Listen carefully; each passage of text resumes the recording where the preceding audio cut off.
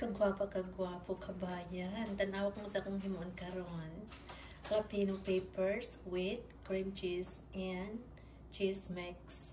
Nya ako na siyang gibutang sa taliwala sa sud sa kuan jalapeno. Nya ako na siyang i-wrap og bacon. So yum ni. Nanghanga akong mga kamot kay ngano. Kinuha sa liso. Wala. Nahuman na siya karon luto na ibutang sa oven for how long? Hantod maluto. So, makita na to kung isa siya ka-beautiful pag naluto na siya. Di ba? Ako na siyang gikuhan og leso para makakaunsad ko na kay grabe ka spicy. Manto, nanghanga pa ang kuwang mga kamutan ni. So, lutuon muna na to siya para makita na to kung isa siya ka nice and brown.